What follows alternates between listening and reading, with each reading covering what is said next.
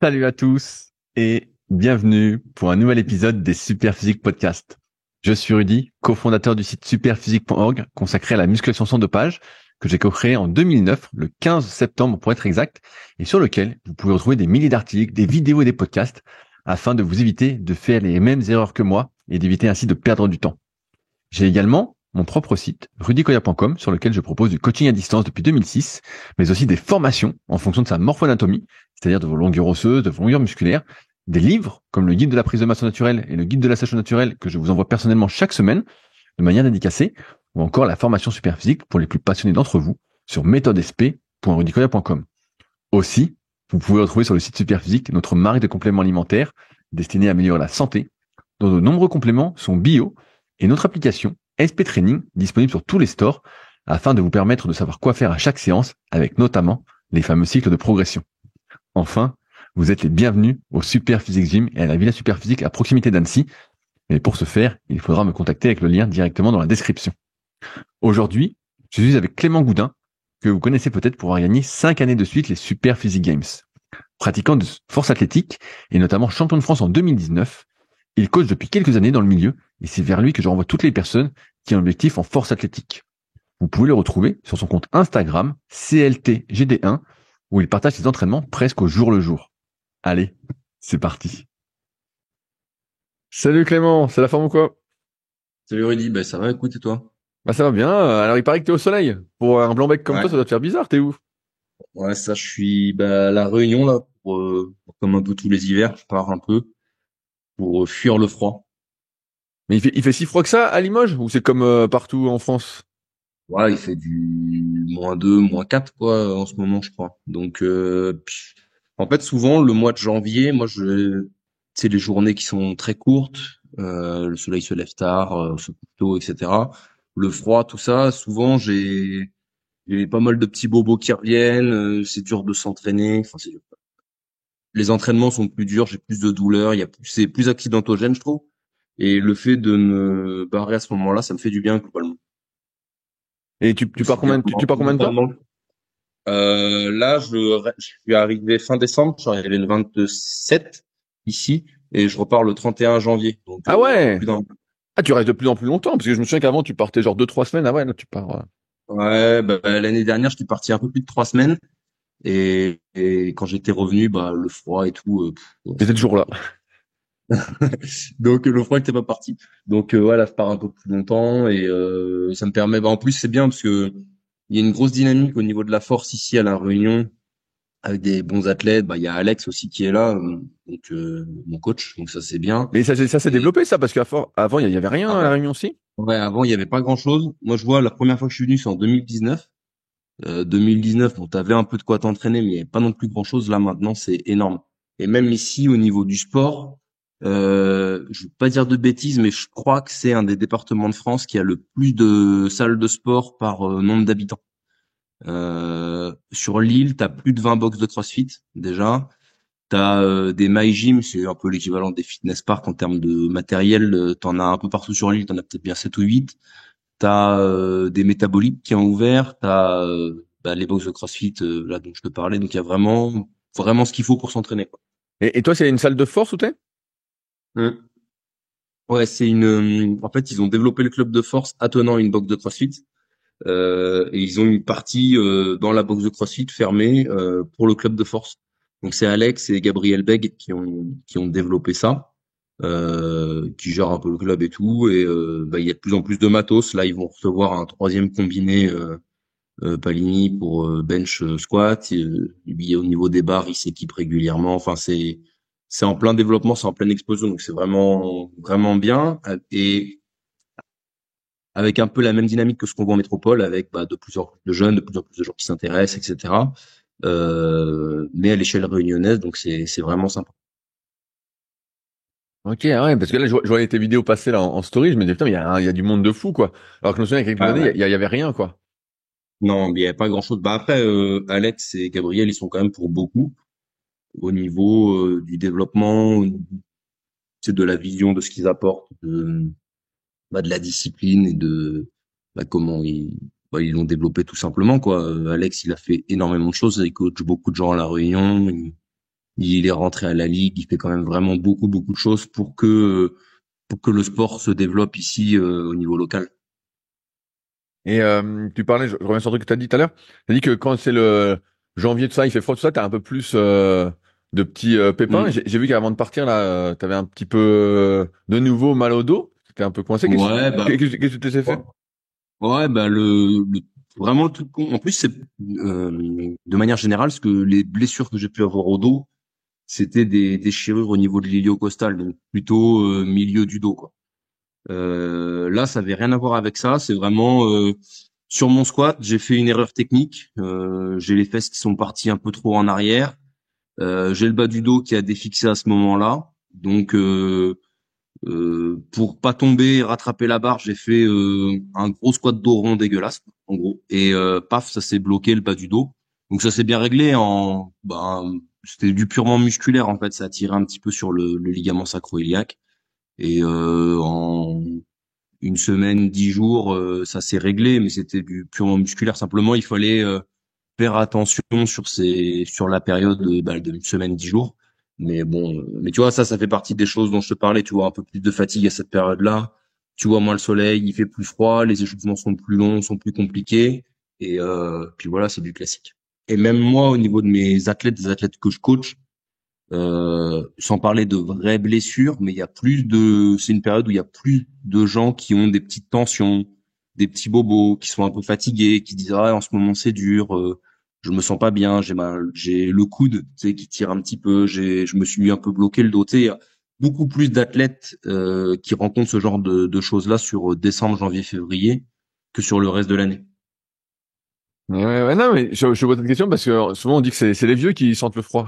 Ouais, bah, faut accepter, je vieillis, que veux-tu. Mais ouais, parce que j'ai vu que tu t'es fait le dos, j'ai dit putain, mais encore, j'ai l'impression que t'enchaînes, qu'à cette la période alors, hein, mec, Non, que ouais, t'enchaînes honnêtement, pas là, mal de petits trucs, quoi. c'était vraiment rien du tout là. C'était une contracture au bas du dos. C'est quand tu fais du sport performance, t'as des petits aléas quoi. Et honnêtement là, c'était vraiment juste ça. C'était pas tu sais quand je m'étais fait mal au pec, c'était vraiment handicapant. Ça a été long, etc., etc. L'ilio-costal pareil, la hanche pareil. C'était des grosses blessures entre guillemets. Là, c'est vraiment juste un petit pépin, une bonne contracture musculaire qui m'a bloqué un petit peu sur une semaine. Donc bon, c'est pas une blessure quoi, c'est un contretemps on va dire. Et là, quand t'es à la Réunion, bah, c'est tout l'inverse, c'est la chaleur et tout. Souvent, Ouais, bah ouais, voilà, beaucoup vont se plaindre aussi de la chaleur.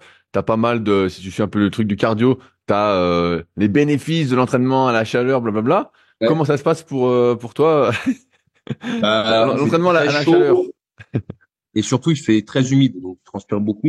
Après, moi, je gère très bien la chaleur depuis tout petit. J'ai toujours bien géré la chaleur et j'aime bien quand il fait chaud. Tu vois, moi typiquement, quand il fait 40 degrés, que c'est la canicule en France et que tout le monde chiale, moi je suis très content, ça me va très bien. Tu transpires, bon bah tu transpires beaucoup. Bah si je suis trop transpirant, bah je change de t-shirt pendant la séance. Tu bois un peu plus d'eau, tu manges un peu plus de sel et il y a pas de problème quoi. Je vis très bien la chaleur, beaucoup mieux que le froid. Donc vu que j'ai pas de perte de performance avec la chaleur et que je me sens pas moins bien, voire même au contraire, ça me met plus dans la séance. Bah pour moi c'est parfait quoi. Bah, parce que là, sur l'entraînement, t'es rentré plus dans le vif du sujet, t'es plus vraiment hors saison, là, tu prépares. Ouais, là on commence à préparer. Sans doute une compète sur mi-mars. C'est pas encore sûr et définitif. Et On ce serait quoi, verra. mi-mars? Peut-être l'Arnold en Angleterre, l'Arnold Ah, Classic. ok. Ouais, comme j'avais fait, pas l'année dernière, c'est il y a 2 ans que je l'avais faite. Euh, et l'idée, ça serait de refaire ça. Mais tu sais, t'as 6 places pour les Français.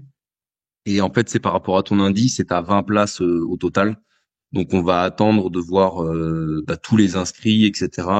Si je rentre dans le cadre des 6 meilleurs Français inscrits et des 20 meilleurs au total inscrits. Qui Ah pour ouais, l'instant ça va être il dur. y a là je suis 8e Français, sachant qu'il y en a un qui est inscrit pour les championnats d'Europe et s'il fait le championnat d'Europe, il fera pas l'Arnold, donc il est réserviste. Donc a priori, je suis 7e. Donc il faudrait qu'il y ait un désistement, ce qui est Bon, ouais, donne-nous son nom, on va s'en occuper. non. Non, bon, après, si je suis pas, c'est juste que je suis pas assez fort pour y être. Hein, c'est pas plus compliqué que ça. Et Mais parce que je te dis ça parce qu'à un moment on doit y faire beaucoup d'exercices un peu des séances pec avec plein d'exos dans tous les sens, tout ça. Donc ça c'est fini là, ouais. comme t'as vraiment repris très très spécifique. Là, ouais, beaucoup plus spécifique. Là, j'ai une routine sur le haut du corps, sur les pecs et tout ça pour bien m'échauffer. Puis j'ai des exos de renfort pour bien travailler les angles. Mais on est passé d'un truc de gestion de la douleur à un truc de renforcement, prophylaxie, prévention quoi. Donc on est passé au deuxième stade. Donc j'en ai toujours des trucs comme ça, mais j'en ai un petit peu moins.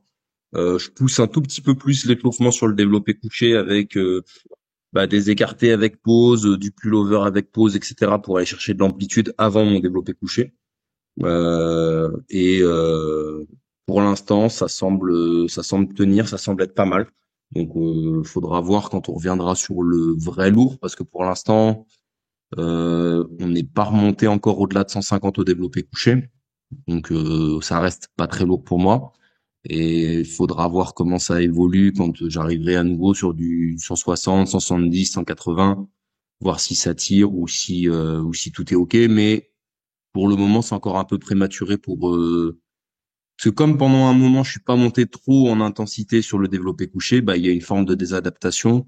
Et si on y remonte trop vite, ça risque de mettre trop de contraintes trop rapidement sur les tissus qui sont pas encore prêts. Donc on va y aller assez progressivement et on viendra sur les barres lourdes presque au dernier moment.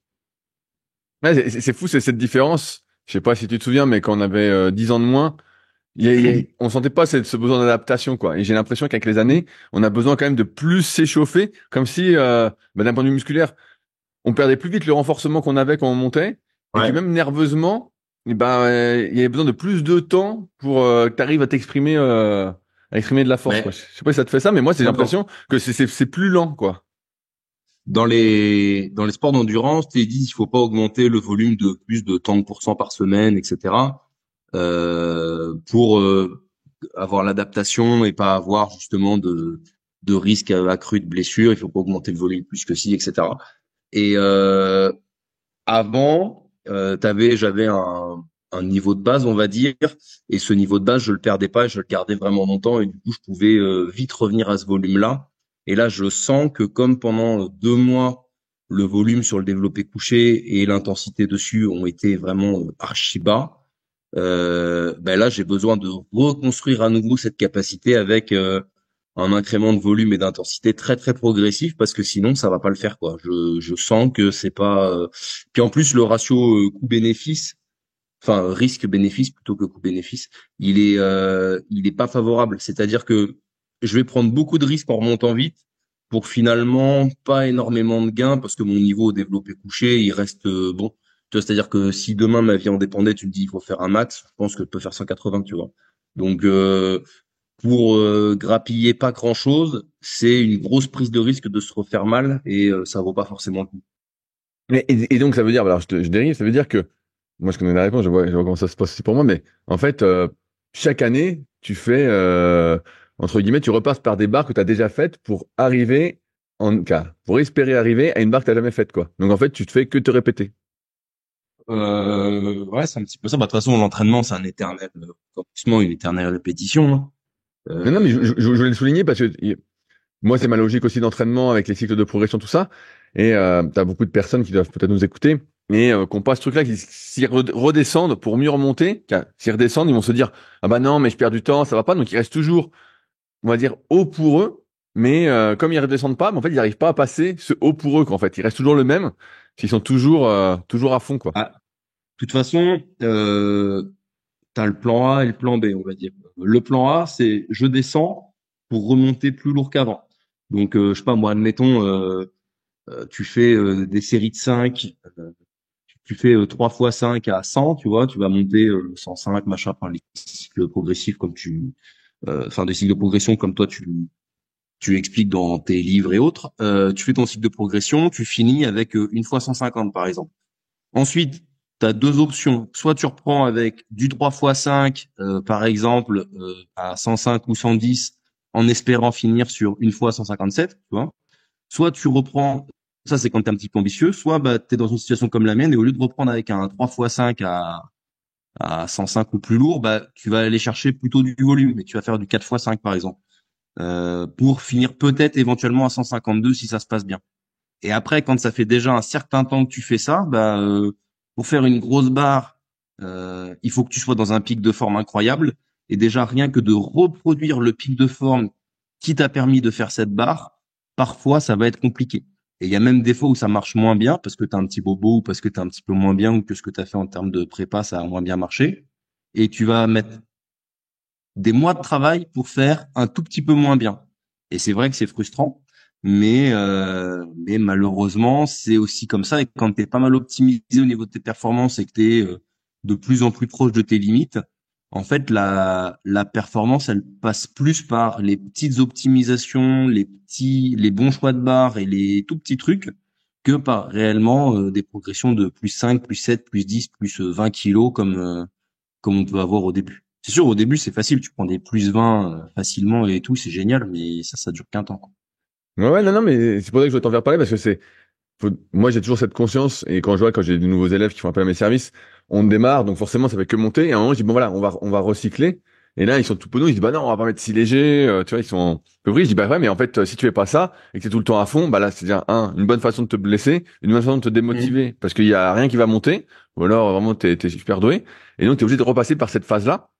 Toi, tu parlais là d'augmenter aussi le volume. Moi, c'est un truc que je fais aussi en passant de 3 à 4, tu peux voir même à 5 séries. Parfois, je peux même aller sur certains cycles que je fais à 10 séries. Est-ce que toi, ça se limite juste à une série en plus en termes de volume? Bah, alors, ça dépend. Pour mes athlètes, ça va vraiment dépendre du profil de l'athlète et de où ils en sont dans leur carrière, tu vois. De manière générale, moi, je considère que si un 4x4 suffit à te faire progresser, il n'y a pas de raison de faire un 5x4 ou un 6x4, tu vois. Parce que cette série que tu vas mettre en plus, bah, elle te fera pas progresser plus. Mais par contre, le jour où tu en auras vraiment besoin pour redébloquer un palier, bah, vu que tu l'auras déjà utilisé, elle sera plus à disposition. Donc, encore une fois, je vais parler avec les sports d'endurance. Dans les sports d'endurance, ils te disent le volume, faut monter le volume. Si tu montes, enfin, pour performer plus, il faut mettre plus de volume. Dans les sports de force, c'est pas tout à fait vrai, même si c'est une variable qui est quand même très importante. Mais si tu joues sur le tout volume, le volume accumulable est rentable. On a déjà parlé de la rentabilité de l'entraînement. Il est limité, quoi. À un moment donné, tu t'as beau bouffer plus de volume, plus de volume, plus de volume, ça te fera pas forcément progresser plus. Puis il y a la contrainte de temps. Donc, j'augmente le volume pour les athlètes qui ont besoin qu'on leur augmente le volume. Mais de base, je vais pas les gaver de volume directement. Ça serait la solution de facilité, hein.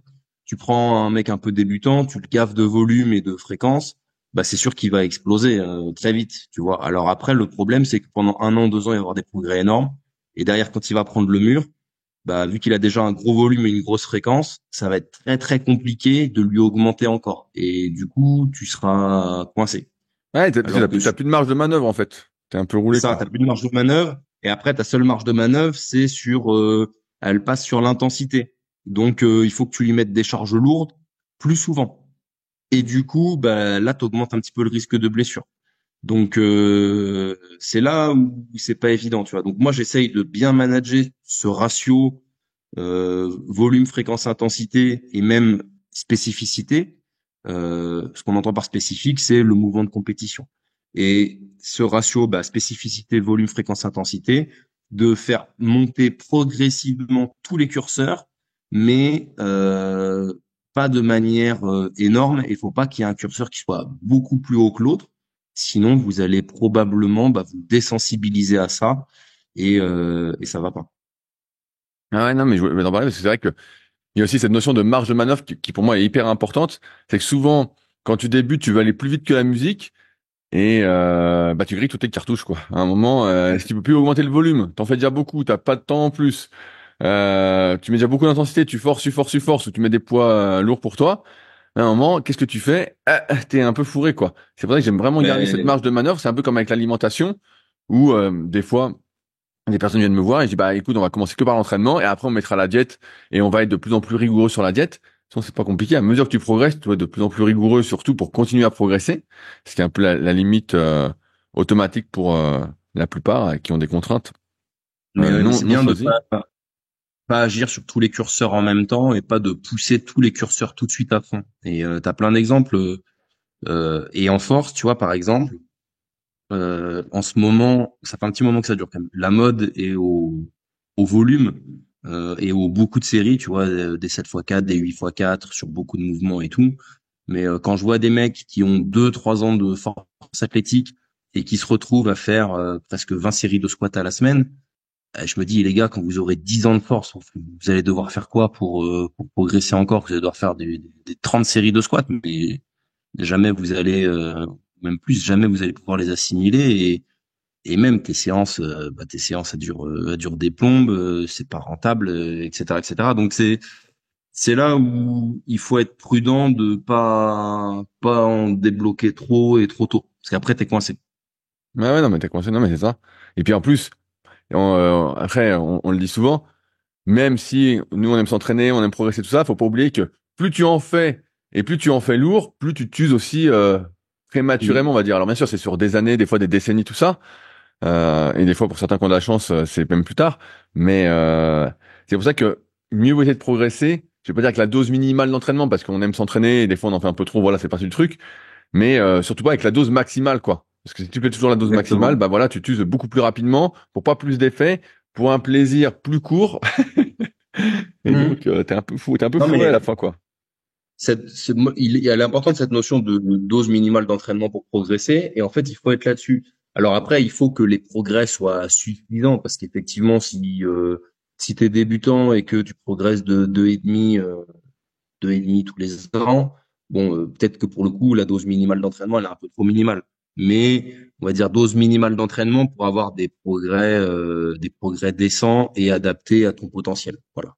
Parce que tu as des gens pour qui progresser de 2,5 en un an, c'est déjà une performance parce ils sont pas tellement doués pour ça. Mais et c- ça c'est important et je le redis, hein, si un 4x4 suffit à vous faire progresser suffisamment, eh ben vous n'avez pas de raison de faire un 5x4 ou un 6x4. Même si vous vous dites, ouah, ça fait guerrier, ça fait sexy de faire un 6x4 parce que c'est long, bah oui, mais bon, si un 4x4 suffit à se faire progresser, t'as aucun intérêt de faire un 6x4. Et si un 2x4 suffit, qu'est-ce que tu fais? Bah, Est-ce que tu fais quand même un 2x4 parce que là, tu te dis merde, je m'entraîne pas beaucoup et je progresse, mais ouais, tu peux ben perdre un peu ton plaisir alors après, d'entraînement, tu sais? bon, encore une fois, après, tu peux jouer sur la fréquence et tout. Moi, ça peut m'arriver, tu vois, quand je fais une augmentation de volume, de jouer sur la fréquence. C'est-à-dire que, par exemple, admettons, mon gars, il fait 2 squats par semaine avec 3 séries et 3 séries de squats, tu vois. Euh, je vois que ça commence plus ou moins à plafonner, etc. Ou qu'on va arriver à un moment où on va plafonner, parce que ça peut s'anticiper aussi.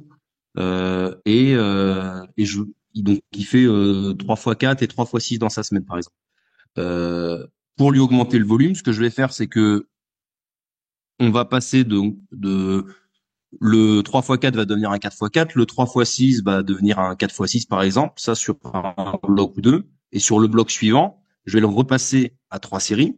3 séries, 3 séries, mais par contre, je vais lui ajouter un troisième squat dans la semaine, tu vois, qui sera lui aussi à trois Ok, séries. tu préfères monter la Donc, fréquence alors. ouais, ce qui fait qu'au niveau hebdomadaire, on va passer de 2 squats avec 8 séries à 3 squats avec 9 séries. Donc, on aura augmenté le volume, mais en répartissant l'exposition sur la semaine, tu vois. Ça peut être quelque chose d'assez intéressant. Et après, au niveau de l'intensité, je vais pas lui mettre de l'intensité à chaque fois. Sur le troisième squat que je vais lui rajouter, on va être sur une intensité basse. Donc, je dis n'importe quoi, mais peut-être qu'il aura une fois 3 x 3 avec un petit peu d'intensité où on va être lourd et avec une intensité relative élevée. Une fois avec un squat technique, je sais pas moi, un squat pause ou je sais pas quoi, 3 x 4 facile. Et une fois avec du volume, 3 x 6 ou 3 x 7 et une intensité moyenne, une difficulté moyenne qui sera peut-être un peu plus axée sur des facteurs hypertrophiques, etc. Tu vois. Et comme ça, je lui fais monter son volume progressivement, j'augmente l'exposition sur la semaine, mais je fais pas péter d'un coup son volume. Et souvent, c'est ce qui est le plus intéressant, même si ça présente des limites, parce que à un moment donné, tu peux pas le faire squatter 5 fois dans la semaine non plus. y en a qui font ça, non? 4 squats dans la semaine, ça arrive. C'est mal à la machine à café qui se vidange, c'est bon, c'est fini. On n'entend 4, rien, t'inquiète.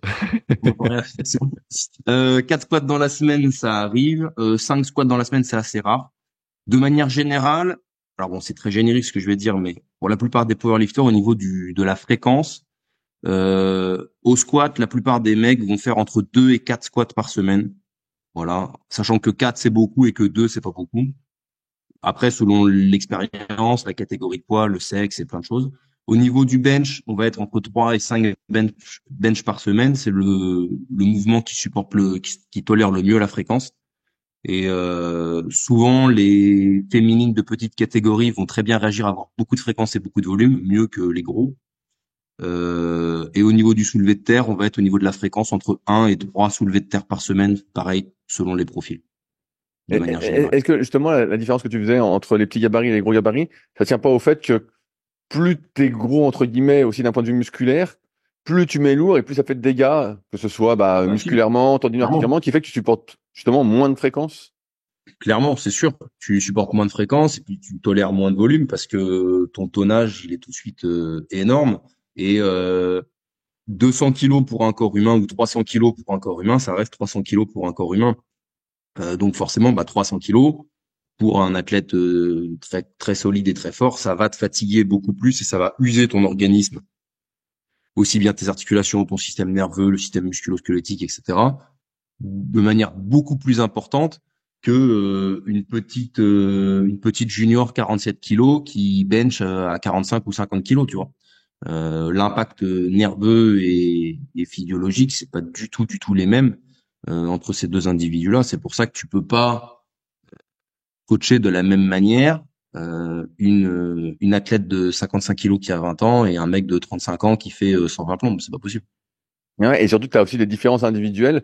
Ce que toi, tu vas supporter n'est peut-être pas ce que va supporter quelqu'un du même gabarit, même Ah expérience, bah, même force. Et donc ça, après, pareil, ça rentre en compte aussi. on arrive à la grande complexité du coaching. Tu sais, on parle souvent, on parle beaucoup d'endurance ici et des capacités de récupération de la zone 2, etc., etc.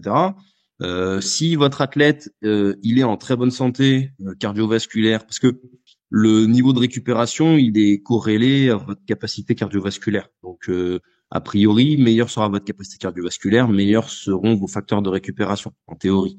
Euh, donc déjà, si ton athlète, il a des bonnes capacités cardiovasculaires et des bonnes capacités de récupération, tu pourras a priori lui en mettre plus parce qu'il encaissera mieux.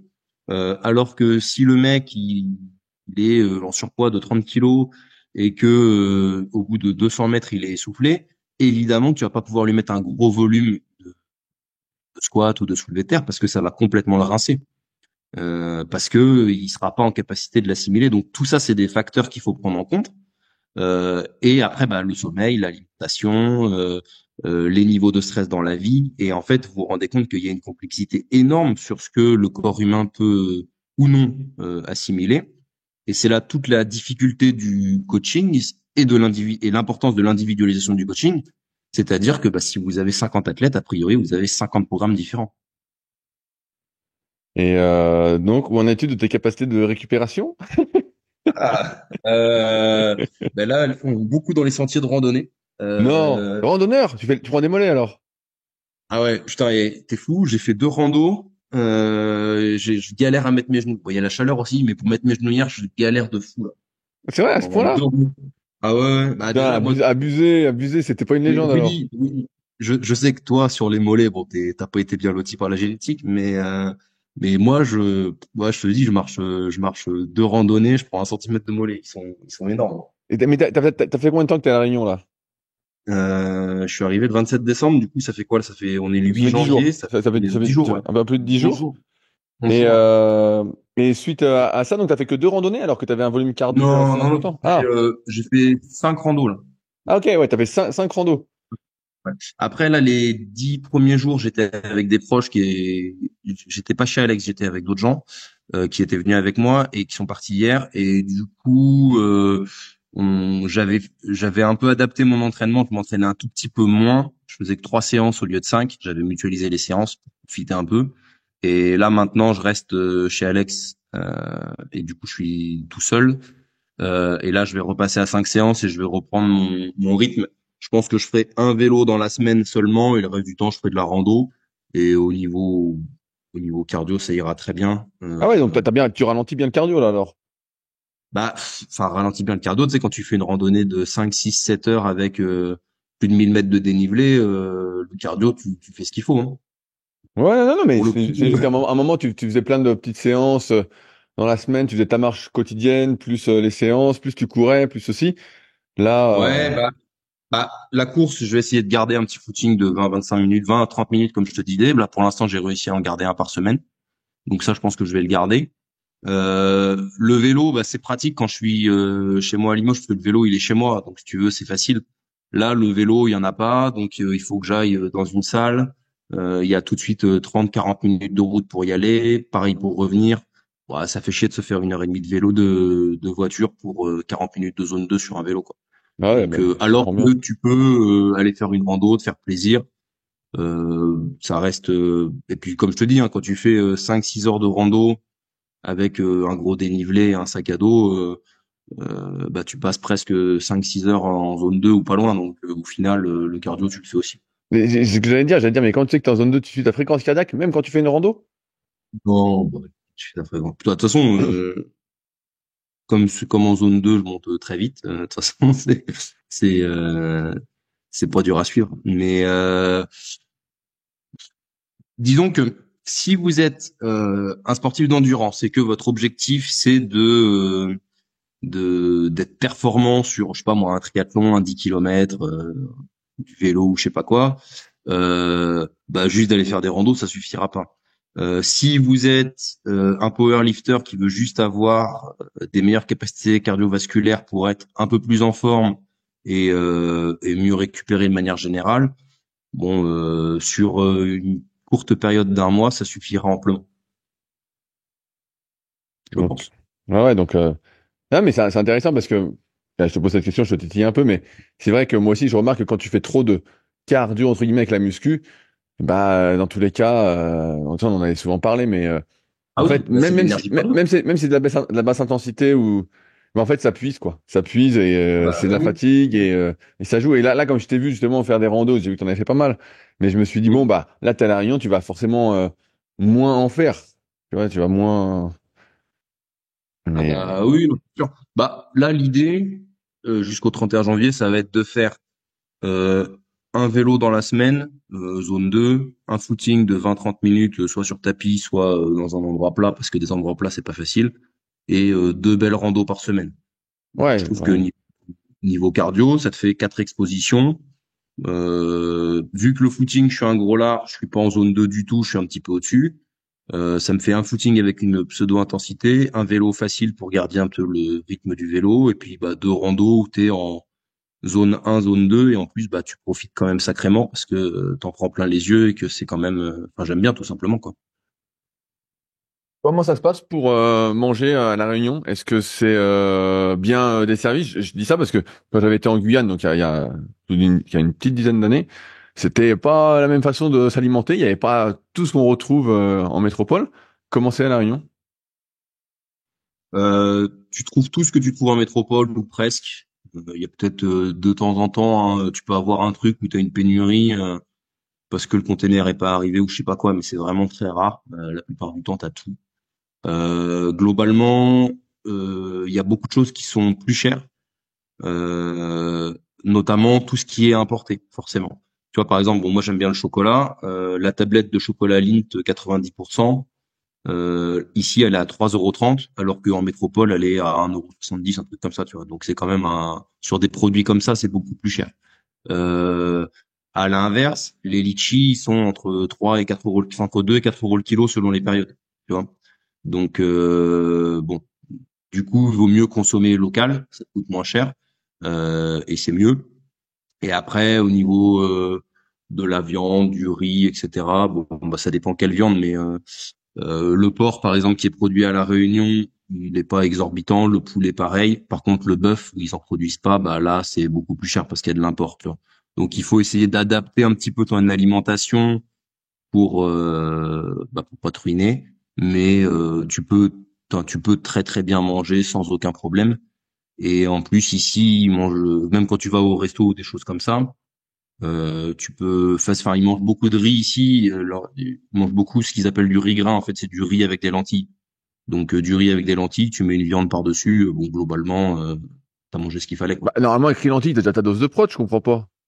Ouais, ouais, oui, bah quand t'es une Euh, féminine de 40 kilos, ouais, t'es pas loin.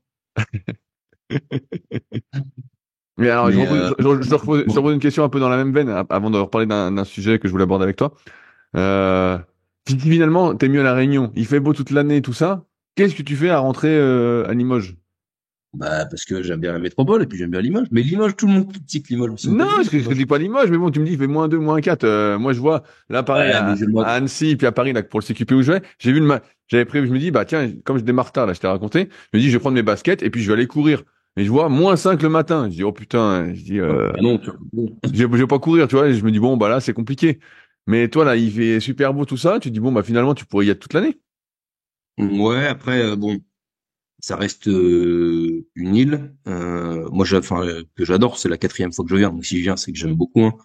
Avec beaucoup de gens que je connais, que j'aime beaucoup et tout ça. Mais je me verrais pas vivre ici parce que mine de rien, quand tu viens y passer 3, 4, 5 semaines, bon, enfin, tu fais plein de choses, tu fais des randos, etc. Mais après, pour y vivre toute ta vie ou à l'année, tu tournes beaucoup en rond malgré tout, hein. Et puis moi, j'ai d'autres activités, que ce soit pro ou Ah oui, perso. j'avais oublié avec le billard, tout ça.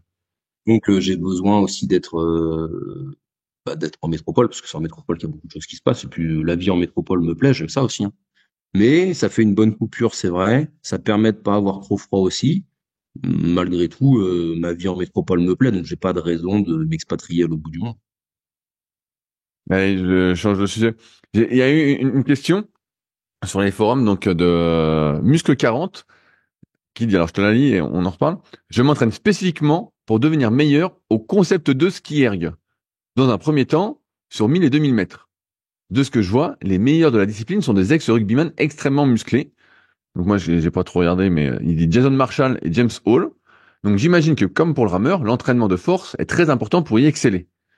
Sur quelle partie de l'entraînement de force hypertrophie vous focaliseriez pour devenir meilleur dessus, et quels seraient les exercices les plus importants? Alors, est-ce que tu as déjà fait du ski erg, justement?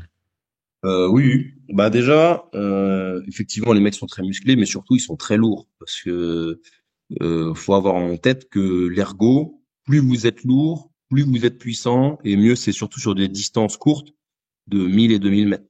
Il y a d'autres gars qui sont très forts. Il y a un ancien bencher finlandais, dont j'ai oublié le nom, un mec qui benchait plus de 300 équipés, qui benchait presque 400 équipés, qui est ultra fort là-dessus, mais parce que il fait 150 plombes et quand il appuie, Bah, quand il met son poids, il met son poids dessus, forcément. ah oui, mais même c'est Brian Shaw, le strongman, qui fait plus de 2 mètres et qui doit faire pas loin de 200 kilos, qui avait fait un test là-dessus. Il avait fait un truc énorme aussi, parce que bah plus vous êtes grand, donc avec de grands segments, plus vous êtes apte à développer de la puissance et plus vous êtes lourd, pareil. Et effectivement, plus vous êtes fort, bah mieux c'est.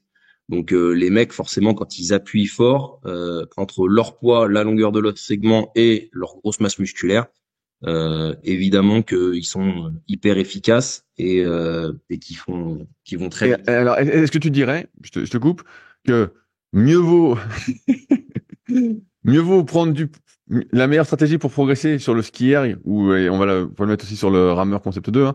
Est-ce que c'est finalement de prendre du poids? Bah, Est-ce que finalement c'est de s'alimenter comme un goret, et puis finalement, bah, ton je poids t'aide tellement que c'est même mieux que si tu t'entraînes comme un fou en restant au même poids? dirais pas ça, mais sur des distances courtes de 1000 et 2000 mètres, plus vous allez être grand, plus vous allez être lourd, plus vous allez être puissant, a priori, mieux ce sera. Malgré tout, il y a une composante cardiovasculaire qui rentre en compte parce qu'un effort de 1000 mètres, c'est quand même un effort qui est très inconfortable au niveau métabolique. Quand même, on va pas se mentir, quand tu fais un 2000 à fond, tu finis, ton corps, il est brûlé de partout et t'es quand même pas bien. Donc, il y a quand même une composante cardiovasculaire. Et si vous êtes juste un gros sac avec un cœur en mauvaise santé, ça risque de pas forcément vous avantager. Euh, et c'est pour ça que sur toutes les compètes d'ergo, notamment le rameur, tu as des catégories de poids parce que Un mec qui fait 85 kilos, il peut pas rivaliser avec un mec de 110 kilos.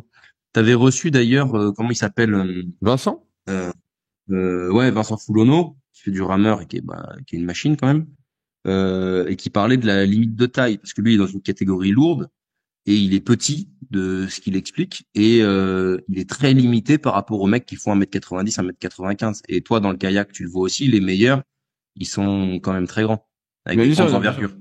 Évidemment. Non, non, mais ce que je raconte souvent, cette anecdote, c'est quand j'ai été au championnat du monde de rameur, donc en 2020, auquel j'ai participé, et bah, tous ceux qui étaient vraiment super forts, c'était que des gars qui faisaient ma taille ou plus grands dans ces eaux-là, et car moi, je faisais 500 mètres, hein, donc il y avait moins de composantes, justement, cardiovasculaires, métaboliques, tout ça, et qui étaient énormes, mais vraiment des types monstrueux, souvent des anciens lanceurs ou des anciens gars de l'aviron qui avaient grossi, justement. Et moi, pareil, pour la compète, j'avais bien remarqué que si je grossissais, bah, c'était mieux. Donc j'étais remonté à 102 ou 103 kilos, et forcément, bah, ça m'aidait à tirer. Tu te penchais un peu en arrière, tu mettais tout ton poids, et puis ça aidait à fond. Alors bien sûr, tu essayes de prendre de la force en même temps, mais d'être plus lourd, ça aidait à fond. Donc c'est vrai que ça trompait un peu, mais il y avait que des masters. Alors après, sur 2000, par contre, effectivement, il y avait plus Là, c'était plus les gars qui étaient en équipe de France ou en équipe d'autres pays qui gagnaient. Parce que les gars, il fallait, comme tu l'as dit, bah, plus de cardio, tout ça. Et donc, il fallait vraiment une caisse de dingue. Donc, les mecs étaient musclés, mais beaucoup moins. Beaucoup moins. Ils étaient, de souvenir, ils étaient moins balèzes que moi. Je me mettais à côté, je dis, bon, bah, ils sont pas si balèzes. Mais, mais bon, Ouais, c'est des types qui étaient grands, quoi. Et même dans les catégories légères, c'est des types qui sont grands. J'avais interviewé Hugo Beuret sur les secrets du sport. Je sais plus combien il fait, mais genre, il fait 1m80 et puis il fait, ou 1m82 et puis il fait 70 kilos. Parce que poids léger, c'est 72,5 sur l'eau et c'est 75 sur le rameur. Et le gars a des segments hyper longs, quoi. Tu vois, tu dis, ouah, incroyable, il a des longues jambes, des longs bras, tout ça. C'est une vraie sauterelle, comme j'explique dans mes bouquins. Et, euh, et c'est vrai que ouais, si t'as pas de long segment, bah déjà, des avantages. Alors après, sur le ski erg, moi, j'en ai fait qu'une seule fois, donc j'ai pas trop d'expérience. Et j'ai pas trop regardé ce qui se passait. Mais c'est vrai que le poids, déjà, bah, joue.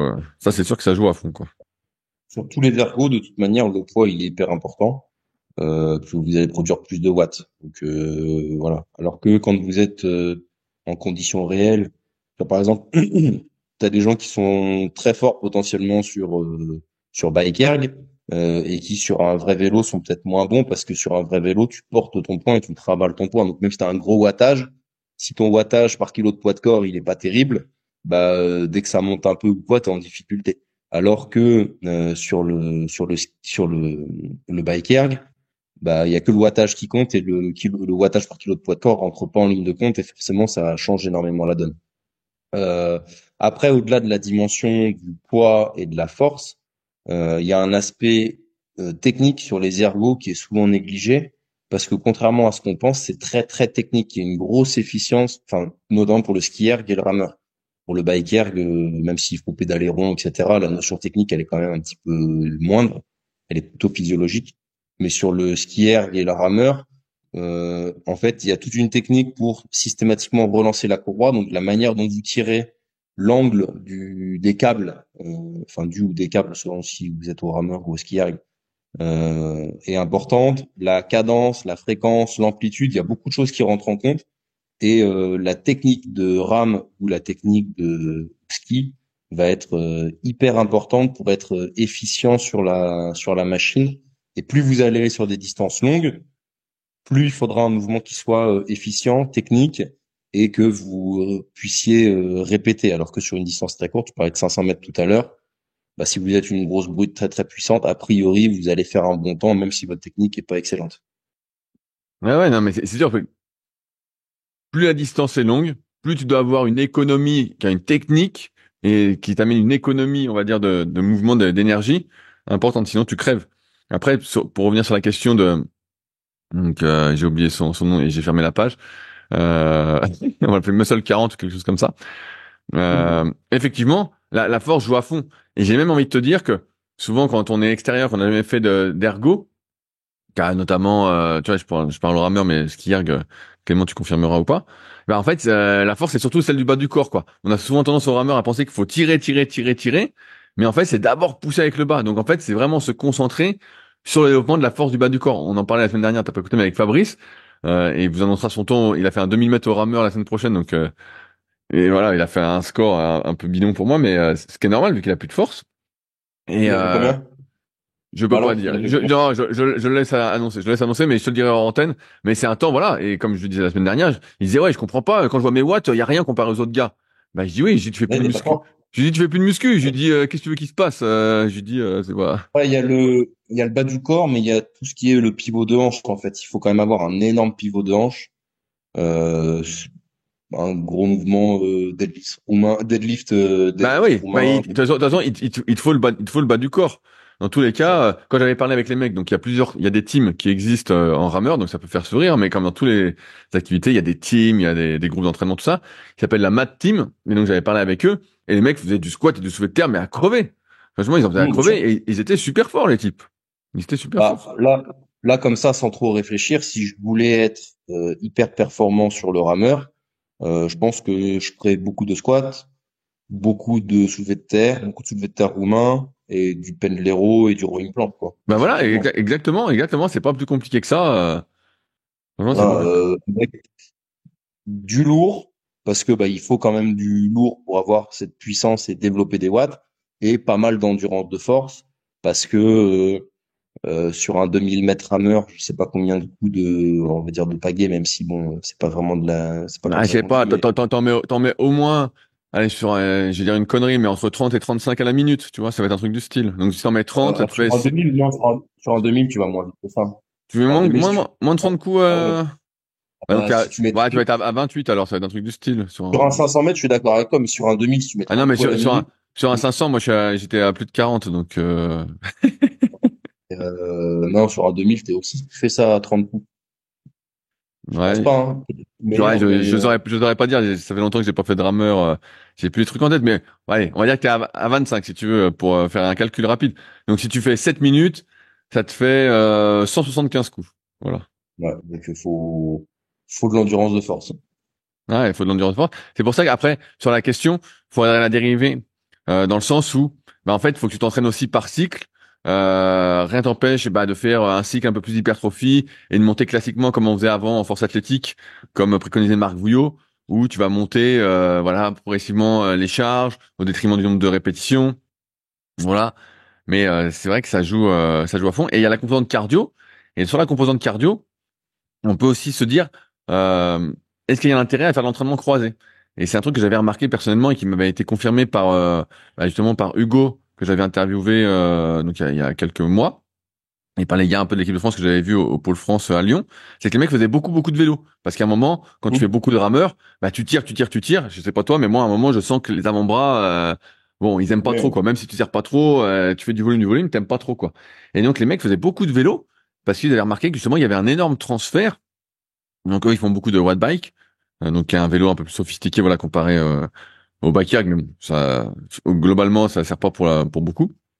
Et ils en faisaient beaucoup, et ils faisaient même des tests de 20, de 30 minutes, de 1 heure sur watt bike régulièrement, et c'était souvent corrélé à leur progression, justement, ensuite sur le concept 2. Et c'est ce que j'avais fait quand j'avais préparé les compétitions de rameur, c'est que je faisais 2 séances de rameur par semaine et une de vélo, où pareil, je forçais le cas, j'avais une petite planif que je m'étais faite un peu à la con, en plus de la muscu, et ça avait bien marché. Donc c'est aussi ça qui peut être intéressant, c'est de travailler tout l'aspect cardiovasculaire, même si l'aspect cardio-musculaire, on va dire au niveau local, est important. Tu peux aussi travailler un peu en dehors pour essayer de ménager peut-être ton haut du corps, qui est sans doute moins capable d'encaisser beaucoup de volume que par rapport au haut du corps, où moi j'ai l'impression que j'en encaisse moins quoi. Toi, je sais pas ce qu'il en est. Oui, c'est sûr. T'encaisses moins de volume sur le bas du corps parce que les charges sont plus lourdes. Donc, forcément, automatiquement, on revient à ce que je disais tout à l'heure sur 200 kilos pour ton organisme, ça reste 200 kilos. Donc, ça met plus de tension, ça mobilise plus de masse musculaire, plus le système nerveux et tout. Donc, c'est beaucoup plus fatigant. Après, pour revenir à ce que tu disais sur l'entraînement croisé, euh, c'est dans le podcast avec Vincent Foulonneau, justement, il en parle. Il dit que lui, il est pas de faire de la zone 2 par exemple, sur le rameur. Ça le fatigue beaucoup trop, ça engage beaucoup trop son gainage et que du coup, ça le rince complètement. Alors que il peut être capable de faire de la zone 2 sur vélo pendant beaucoup plus longtemps et que tout ce travail sur les mitochondries de basse intensité, etc., il est beaucoup plus beaucoup plus intéressant à faire sur autre chose. Et dans le podcast sur Hugo, si c'est celui que je crois, ils avaient modifié leur manière de s'entraîner, ils avaient changé d'entraîneur. Et avec l'ancien entraîneur, il faisait beaucoup d'endurance de force, ils avaient beaucoup de tendinite, de déchirure musculaire et tout, et qu'avec le nouvel entraîneur, ils avaient beaucoup moins de trucs comme ça, et qu'ils avaient des fractures de fatigue ou des choses de genre, je crois, c'est ça? Exactement, exactement. Ouais. Et bon, quand on arrive à avoir des fractures de fatigue sur un sport porté comme le rameur, ça veut quand même dire que il y a des grosses contraintes. Donc le fait de partir sur de l'entraînement croisé va te permettre, enfin, c'est que t'es à la limite de ce que ton corps peut encaisser en fait. Et si tu es en mesure d'encaisser plus de volume, mais avec autre chose, ce sera forcément plus rentable. Si tu arrives à, on en parle souvent en course à pied, si tu es capable de courir 150 km et qu'au-delà tu te blesses, bah peut-être que 150 km ça suffira pas pour être suffisamment performant et que du coup, peut-être que de faire de l'entraînement croisé en ajoutant du vélo, ça te permettra d'augmenter ton volume d'entraînement, mais sans avoir ce risque de blessure. Même s'il est l'idéal, ça serait d'être capable de courir 170 ou 180 km. Ouais, bah, les mecs maintenant en course à pied, ils font beaucoup de vélo elliptique là. Je vois que c'est le truc un peu à la mode chez les mecs qui arrivent plus à encaisser beaucoup de volume. Après, je voulais rajouter aussi, c'est que quand tu fais du rameur, tu as beaucoup de muscles engagés. Donc, plus de muscles sont engagés, plus l'effort dure, et malgré l'intensité, plus ça te crève globalement. Alors, si tu fais que du rameur, c'est pas très grave, mais si tu fais autre chose à côté, bah, c'est un Oui. peu chiant. C'est un peu comme en muscu. Quand on dit, voilà, sur l'exercice polyarticulaire, bah, mieux vaut faire des séries plus courtes, parce que plus tu vas faire des séries longues, plus ça va te crever, parce que tu actives beaucoup de muscles sur un temps plus long. Et donc, bah, c'est beaucoup plus fatigant que si tu fais, je sais pas, des séries longues au leg extension, tu vois, qui s'y prennent beaucoup mieux. Où t'as en Ah, plus moins de facteurs c'est sûr que limitants, t'as pas le gainage en jeu, tout ça, quoi. si tu compares une série de 15 au leg extension avec une série de 15 au soulevé de terre, tu vas pas le vivre de la même manière. Bah ouais, donc non, mais c'est vrai que sur le et pareil bah, alors le ski j'ai pas trop fait, donc j'ai du mal à me rendre compte des sensations. J'en ai fait une fois, donc j'ai plus le truc. Mais c'est vrai que tu vois là, je lisais le bouquin, donc Science de l'endurance. J'en ai souvent parlé de Fabrice Kuhn, voilà, qui répond à pas mal de questions, tout ça. Et lui, justement, il parle de l'entraînement croisé parce que les gens souvent se disent ah l'entraînement croisé c'est super, c'est super, c'est super, c'est super. Si tu peux pas tolérer, comme tu l'as dit, beaucoup de volume dans ton activité perso et aussi dans une optique de longévité. Moi, je rajouterais parce qu'à force de solliciter, comme je disais tout à l'heure, toujours l'articulation dans la même activité, bah tu t'uses plus rapidement. Il y a un moment là, duquel en fait le renforcement, le bénéfice, comme tu dis, le ratio bénéfice-risque, et bah Ouais. devient négatif quoi. C'est comme le powerlifting, on a le débat, enfin, il y a plus ou moins un débat sur la spécificité. Il y a des gens pour qui il faut faire que du squat, bench, deadlift et les assistants ça sert à rien et d'autres qui disent le contraire. C'est sûr que les ressources et l'énergie que tu vas mettre sur tes assistances, tu pourras pas les mettre sur ton SBD. Par contre, est-ce que tu serais en mesure d'encaisser, de mettre 10 séries de plus sur ton squat, ton bench et ton deadlift? Probablement pas. Donc du coup, dans une optique de longévité et de variété de mouvements, il vaut mieux garder des trucs à côté. Je pense quand même que les coureurs à pied qui ont des énormes volumes de course à pied, parce qu'il y a des mecs qui sont à plus de 200 bornes semaine, hein, c'est énorme. Je suis pas sûr que ces mecs-là ils soient capables de courir pendant 20 ans, parce que quand même c'est tellement spécifique que tu viens toujours dans le même axe, tu viens toujours avoir la même foulée, etc. Surtout sur les marathoniens, autant les trailers, ils ont beaucoup de variété de mouvements parce que bah ton corps il va un petit peu dans tous les sens, ça monte, ça descend, etc. Mais les mecs qui font vraiment du marathon, de la course sur route, bah c'est toujours la même foulée et le même mouvement qui répète inlassablement. Et je pense qu'en termes de prévention des blessures, si tu fais pas du tout de renforcement à côté, si tu fais pas du tout d'entraînement croisé, etc., etc., il y a peu de chances que ça se passe bien. Même si effectivement, pour être le meilleur possible, il va falloir courir a priori le plus possible et que le major partie de ton temps et la majorité de la majorité de tes ressources soit dédiée à ça. Ouais, non, mais c'est moi, je trouve ça très frustrant d'un côté parce que tu sais ce qu'il faut faire pour être le meilleur, mais tu sais aussi avec l'expérience que si tu fais ça, bah tu vas te détruire entre guillemets plus rapidement et que tu as plutôt intérêt justement à varier un peu pour mais après mais après tu seras meilleur sur le long terme. Tu seras meilleur sur le long terme, mais tu seras moins bon sur le court terme et tu atteindras peut-être jamais les perfs que tu pourrais faire sur le court terme. Donc je trouve ça toujours Ouais, un peu mais frustrant de se dire mais bon, après moi j'ai passé ce cap aussi, En mais c'est vrai que des fonction. fois tu tombes dans le truc, tu dis ah non, mais attends, je vais en rajouter sur la même activité, alors que tu sais très bien que c'est pas très sain, quoi. Je pense aussi que sur des sports globalement à maturité tardive, comme la force ou les sports d'endurance ou autres, euh, si tu es capable de t'entraîner bien et de maintenir un bon volume d'entraînement qui soit adapté sur 10 ou 15 ans, à l'arrivée, tu seras forcément meilleur que ce que tu aurais pu faire sur 3, 4, 5 ans en bourrant comme un âne. Je Oui, trouve. non, mais Mal. je suis assez d'accord avec toi. Par contre, il faut être capable effectivement pendant 15 ans de d'avoir l'envie déjà, ensuite de tenir le truc et etc. Mais et après il y a le facteur blessure, c'est-à-dire que si sur 52 semaines dans l'année, vous en avez 8 où vous êtes blessé, bah finalement sur les 52 semaines, vous entraînez 44, donc vous allez en perdre beaucoup. Alors que si vous vous blessez très peu, vous vous entraînez vraiment les 52 semaines de l'année et sur 10 ans, vous avez gagné 80 semaines d'entraînement par rapport à quelqu'un qui s'est blessé 8 semaines par an. 80 semaines, bah, c'est plus d'une année d'entraînement de gagner sur 10 ans. Donc c'est là où ne pas se blesser, c'est déjà progresser en soi. Ah non, non, non, mais bien sûr, non, mais maintenant j'ai cette vision aussi, mais c'est vrai que quand j'étais plus jeune, j'avais moins cette vision-là, et il fallait absolument la séance, fallait pas la louper, si tu loupais une séance, ça n'allait pas. Et c'est vrai que maintenant, Mhm. avec l'expérience, bah, on a plus cette vision long terme. C'est ce que je dis souvent, je dis maintenant, j'essaie de me contenter de faire 5 séances de kayak ou d'ergo, alors qu'avant, je me suis dit, bah tiens, j'ai encore un peu de forme, je vais en rajouter une deuxième, ou des fois quand je vois les champions Ouais. qui font des séances de genre 50 km, bah, je joue en kayak dans la journée, je dis, mais ils sont fous ces types-là. Je dis, putain, t'as envie d'essayer? Tu dis, non, non. Dis-toi, si tu fais 50 kilomètres, le mec, en fait, lui, quand il arrête sa carrière, c'est ça qu'il faut voir aussi dans les athlètes de haut niveau, c'est souvent ils arrêtent leur carrière et en fait, ils pratiquent plus du tout, quoi. Ou alors, ils s'entraînent une, deux Mhm. fois dans la semaine, ou voilà. C'est plus une question d'entraînement après. Alors que nous, en tant que passionnés, voilà, on adore ça.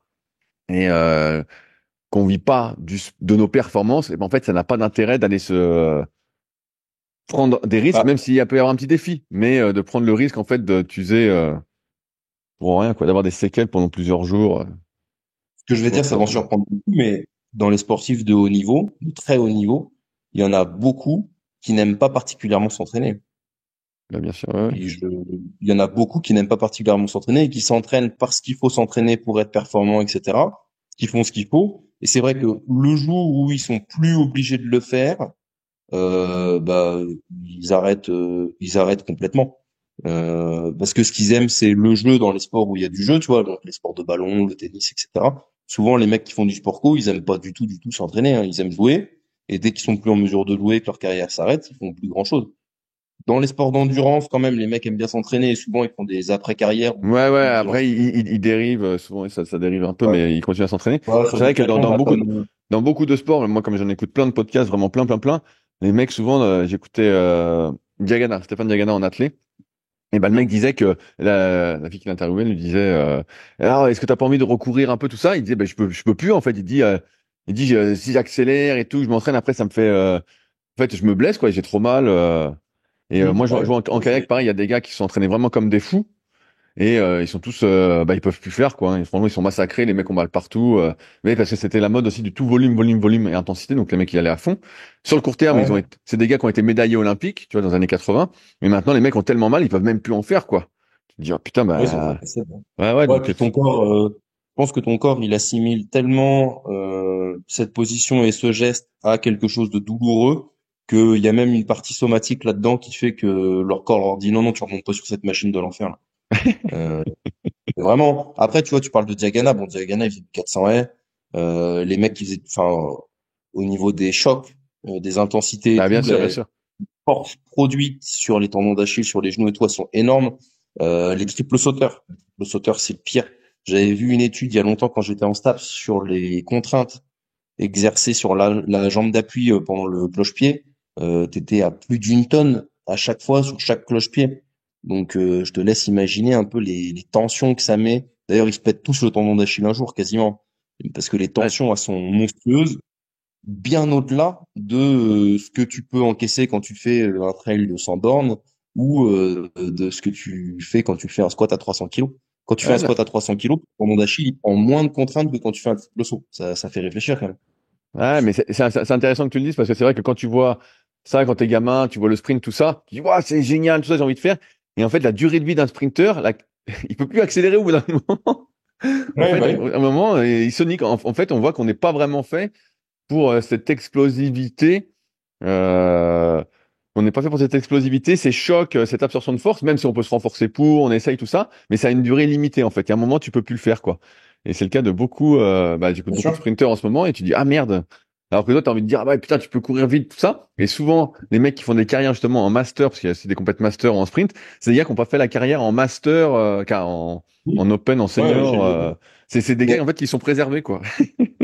mais on en avait parlé dans un podcast aussi sur les catégories jeunes dans le sport. Souvent, ceux qui font des très bonnes carrières dans les catégories jeunes, c'est pas forcément eux qui font les meilleures carrières dans les catégories adultes, parce que justement, ils arrivent dans les catégories adultes, ils sont déjà un peu rincés. Et parfois, alors ça dépend des sports, ça dépend des profils, ça dépend du talent, ça dépend d'énormément de choses, hein, mais parfois, il y a des mecs qui ont fait aucune carrière chez les jeunes, ou très peu, ou pas une grosse carrière chez les jeunes, et qui, quand ils arrivent chez les hommes, eux, ils commencent à être un peu mieux, les autres commencent à être un peu plus fatigués, un peu plus blessés, etc. Et c'est là qu'ils commencent à faire la diff. Exactement. C'est une histoire aussi de maturité Ouais, maturité physique physique. et puis psychologique. Et puis ouais, non, non, Ouais. c'est. Et du coup, c'est pour ça le sport, c'est quand même très très compliqué. Et moi, on me dit souvent, ah, mais tu te rends compte avec les charges que tu portes et tout, ton dos, tes genoux, trucs, bidules, etc. Ok, mais ça fait quand même un petit moment que je fais ça. J'ai 34 ans. Il y a des mecs à 34 ans qui ont fait du sprint, du rugby. Ah ouais, non, c'est pas pareil là. Là, c'est pas pareil. Euh, quand t'es judoka à 34 ans, t'es en kit. Hein. Quand t'as fait 10 ans de haut niveau au judo et qu'à 34 ans, et même des fois plus, t'es complètement flingué de partout. Hein. Comment il s'appelle le judoka que t'as eu dans ce Kylian? ouais, Kylian Leblouch, ou Leblouch, enfin, je sais pas comment on dit, quand il parle des blessures qu'il a eues, etc. Encore, lui, il est intelligent dans son entraînement, mais l'entraînement intelligent dans le judo, bon, moi, j'en ai pas connu beaucoup des entraîneurs intelligents dans le judo. Ouais, ouais, non, mais ce qu'il raconte, encore une fois, c'est dans les secrets du sport que je vous invite fortement à écouter. C'est que, ouais, en fait, c'est des entraînements massacre. Bah, Tous les jours, c'est massacre. Donc, forcément, ouais, c'est ça. tu peux pas tenir, quoi. Oui. Surtout que t'as un adversaire, en Bah, fait. C'est pas comme si tu faisais tous les jours ouais, du vélo à fond et tout. Tu dis, bon, voilà. Là, t'as un adversaire qui veut te faire la peau, quoi. Donc, dans des positions, en ouais, plus, à chaque fois, un peu, spéciales. Donc, tu sais, on parle souvent de la méthode chinoise où tu mets tout le monde à fond et tu gardes à la fin celui qui n'est pas cassé. Et a priori, tu dis que c'est le meilleur. Au judo, en France, on a un tel vivier, parce qu'on est une des meilleures nations, on a un tel vivier que des fois, c'est presque plus dur de gagner le championnat de France ou de passer la poule de sélection de l'INSEP que de gagner le championnat du monde ou les Jeux Olympiques. Et ce qui fait que les judokas, à part dans les catégories où tu es vraiment la tête de liste comme Teddy Riner qui a été à peu près protégé toute sa carrière parce qu'il n'est pas une grosse concurrence, mais il y a des KT, il y a tellement de concurrence qu'en fait les mecs ils sont au charbon tout le temps, ils font 10 compètes par an, ils sont tout le temps en concurrence avec les autres et ils se font ils se font détruire quoi. Et l'entraînement c'est baston tous les jours, la prépa physique c'est intensité tous les jours avec du 15-30, du 20-30, du 25, enfin que de l'ultra intensité tout le temps avec peu de récup. Enfin et les mecs ils sont en sur-régime en permanence et t'as beaucoup de casse. Et dans l'athlétisme c'est un petit peu pareil. Dans le rugby on en parle même pas. Donc c'est pour ça les sports de fort ou les sports d'endurance etc. On parle souvent des taux de blessures dedans, mais les taux de blessures dans ces sports-là sont très très faibles et bien inférieurs. bien sûr, bien sûr. Parce que souvent, tu peux adapter la contrainte. C'est ça, en fait, qui est balèze avec, entre guillemets, la muscu. Même la force, c'est que tu peux adapter en général. Tu peux adapter ta technique, tu peux adapter ton amplitude. Dans un muscle classique, tu peux tout adapter. Et même sur le cardio, entre guillemets, voilà, t'as mal quand tu cours. Bon, bah, tu vas faire du vélo, ou tu vas faire là, les mecs qui font du vélo elliptique, ou tu vas faire du rameur, ou tu vas toujours trouver un truc. C'est pour ça Ouais, que, bien sûr. en fait, c'est dès que tu cherches la perf dans un truc en particulier, vraiment très précis, bon, bah là, Ouais, tu prends des risques. faut que tu sois résistant et faut que tu aies un entraînement plus intelligent si tu veux durer, à moins que tu sois, bah, le super chinois, quoi. Le super chinois. Et encore, même le niveau d'incertitude. Dans le rugby, ou dans le judo, t'as l'incertitude de que va faire le mec qui est en face. Si le mec, il arrive et qu'il te cisaille le genou avec un grand coup latéral, bah, tu peux être préparé tout ce que tu veux, être fort tout ce que tu veux, ton genou, il va sauter, quoi. Donc, t'as ce facteur d'incertitude que tu n'as pas dans les sports de force où tu dans peux le gérer. vélo. Tu peux gérer beaucoup. Encore que dans le vélo, tu peux te faire renverser par une bagnole, bah malheureusement, et ça arrive, hein. Et c'est vrai que en dehors de ça, le vélo, t'as peu de chances de te faire mal en faisant du vélo de route. Il y a peu de blessures dans le vélo, sauf les chutes ou les accidents. Sur ce, Clément, je vais devoir te laisser parce que la journée tourne. Oui. Et Ouais. comme Clément est à la réunion, c'est sa petite pause, blablabla. Moi, c'est pas ma pause, il est 8 heures du mat, il faut que je bosse. Ouais, on va Voilà. enregistrer à 7h30. Voilà, donc il y en a qui bossent pour de vrai ici. Bref, Ouais. on espère, comme d'habitude, que vous avez passé un bon moment. Si vous souhaitez réagir, n'hésitez pas à le faire sous la vidéo sur YouTube ou sous SoundCloud, la partie commentaires. Vous pouvez directement envoyer des messages sur les réseaux sociaux. Je mets tous les liens dans la description, le compte Instagram de Clément, le mien, tout ça. Bref, n'hésitez pas. Et puis, nous, de toute façon, on se retrouve dans un mois, Clément, pour la suite des aventures. Tu seras normalement de retour dans le froid parce qu'on sera en février Dans le froid. et Ouais. il fera pas encore bien chaud. Non, putain, ouais. Arrête, j'ai déjà pas hâte. Allez, salut à tous. Ouais. Bonne journée. Si vous êtes encore là, c'est que vous avez sans doute passé un bon moment. Si vous avez des questions sur les sujets que nous avons abordés aujourd'hui ou que vous souhaitez nous en poser, ne vous priez pas, c'est avec plaisir dans la partie commentaires sur SoundCloud ou sur YouTube. Si vous avez des questions qui n'ont rien à voir avec les sujets abordés, par contre, cela se passe sur les forums Superphysique, qui sont les derniers forums de musculation du web et qui est également les premiers sur www.superphysique.org. Enfin, merci d'avance pour votre soutien, notamment à ceux qui laisseront des commentaires sur les applications de podcast, que ce soit Spotify ou Apple, avec évidemment la note de 5 étoiles sur 5. Je compte également sur vos partages sur les réseaux sociaux que je repartagerai avec plaisir. Sur ce, bon entraînement et à la semaine prochaine.